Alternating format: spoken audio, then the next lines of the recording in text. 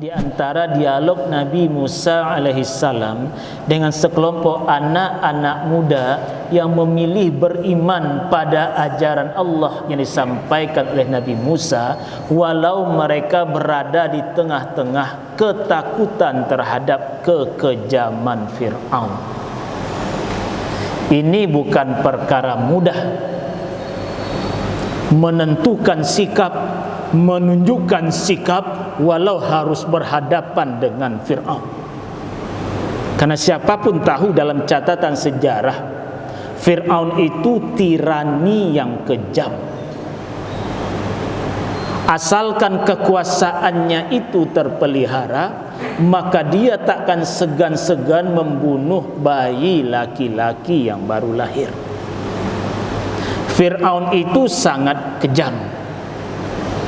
Asalkan kekuasaannya terpelihara, maka dia takkan segan-segan melontarkan fitnah walau terhadap para penyihir terbaiknya sekalipun. Ketika para penyihir terbaiknya itu justru dengan keahlian mereka tahu Nabi Musa benar dan mereka memilih beriman, Fir'aun melontarkan fitnah. Fir'aun itu tirani yang kejam. Begitu kejamnya bahkan dia tidak malu melontarkan kabar bohong untuk rakyatnya, karena Fir'aun itu penguasa yang penuh kebohongan. Apa kebohongan yang nyata dilontarkan Fir'aun? Dia akui dirinya sebagai Tuhan. Ini raja yang penuh kebohongan, kejam, takkan segan melontarkan fitnah, dan juga takkan segan berbuat bohong, mengaku sebagai Tuhan. Bukan perkara mudah bagi anak-anak muda tadi menunjukkan sikap memilih beriman pada ajaran sampai oleh Nabi Musa. Karena bukankah hadirin, sebenarnya siapa kita ditentukan oleh bagaimana sikap kita terhadap kemungkaran. Anak-anak muda ini memilih langkah tegas. Padahal bukankah tidak sedikit di usia muda seperti itu banyak yang lebih memilih yang penting hidup kami senang, yang penting kami bisa berfoya-foya bersukaria, tak peduli bagaimana sikap kami terhadap kebenaran. Tidak dengan anak-anak muda itu. Di sini hadirin mengingatkan kita pada hadis Rasulullah sallallahu alaihi wasallam, sab'atun yuzilluhumullahu fi zillih. Ada 7 golongan yang dilindungi oleh Allah di hari tiada perlindungan selain perlindungan Allah.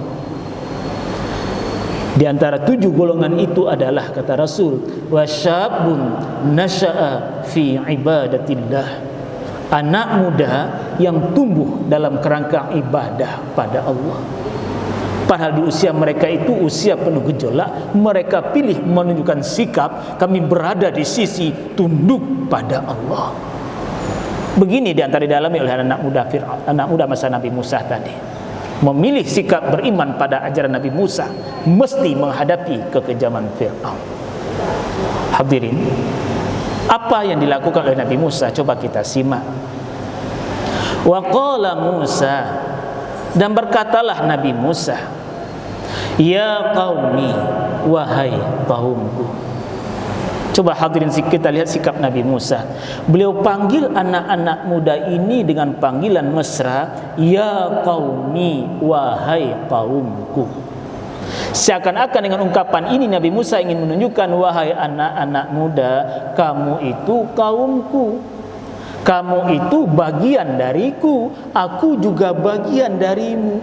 Kurasakan bagaimana pahitnya pilihanmu, kurasakan bagaimana jeritan batinmu. Mesra Nabi Musa memanggil anak-anak muda ini.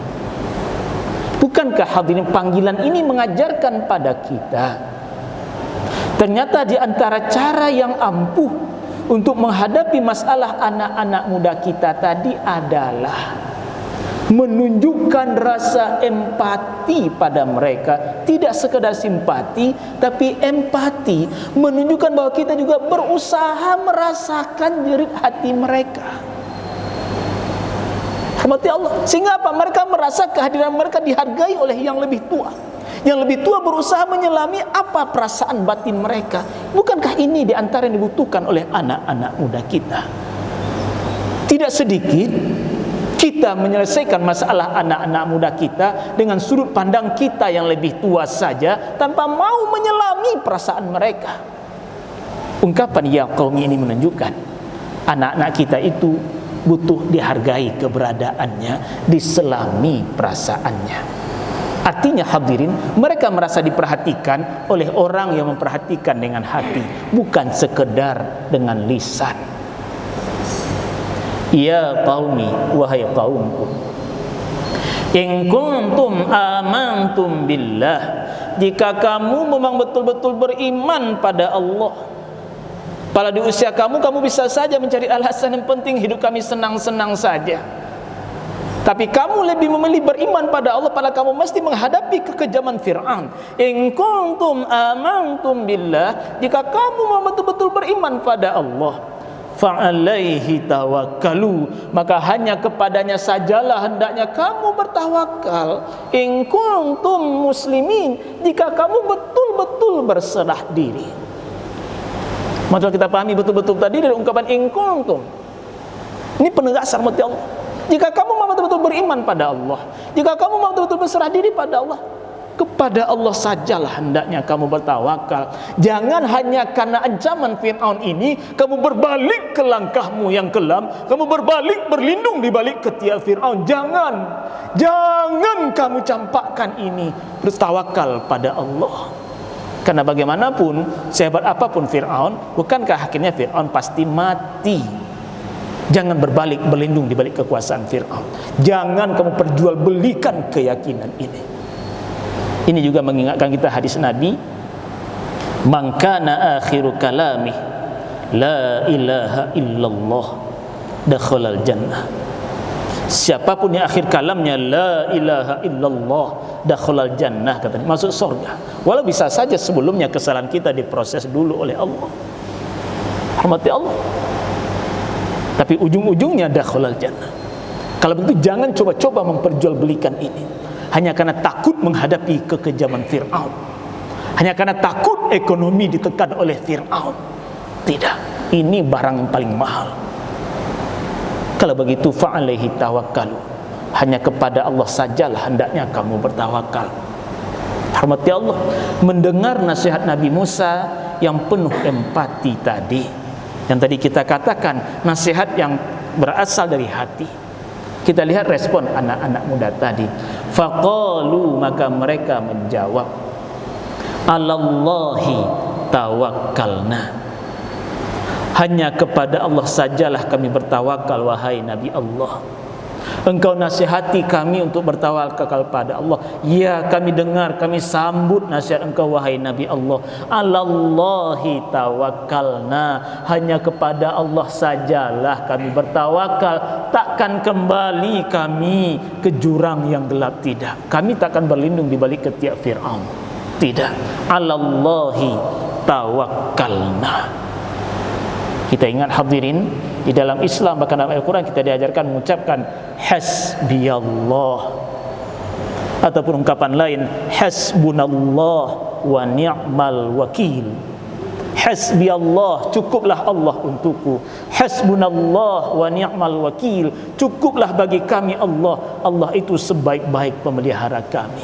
Ini ucapan yang bisa mengokohkan hati menghadapi betapapun beratnya tekanan. Alallahi tawakkalna, hanya kepada Allah sajalah kami bertawakal. Dan dilanjutkan dengan doa mereka, Rabbana, Rabb kami, Engkau Rabb kami, Engkau yang maha memelihara kami, pelihara kami. Rabbana la taj'alna fitnatan lil qaumiz zalimin, janganlah engkau jadikan kami ini sebagai sasaran fitnah, sasaran kekejaman bagi kaum yang zalim. Wa najjina bi rahmatika, dan selamatkanlah kami dengan rahmat engkau, minal qaumil kafirin, dari kaum yang kafir. Ini doa mereka. Hadirin, kita baca literatur, banyak ulama memahami doa yang kedua lebih dahsyat dari doa yang pertama. Tapi dua-duanya kita butuhkan. Coba kita lihat doa yang pertama.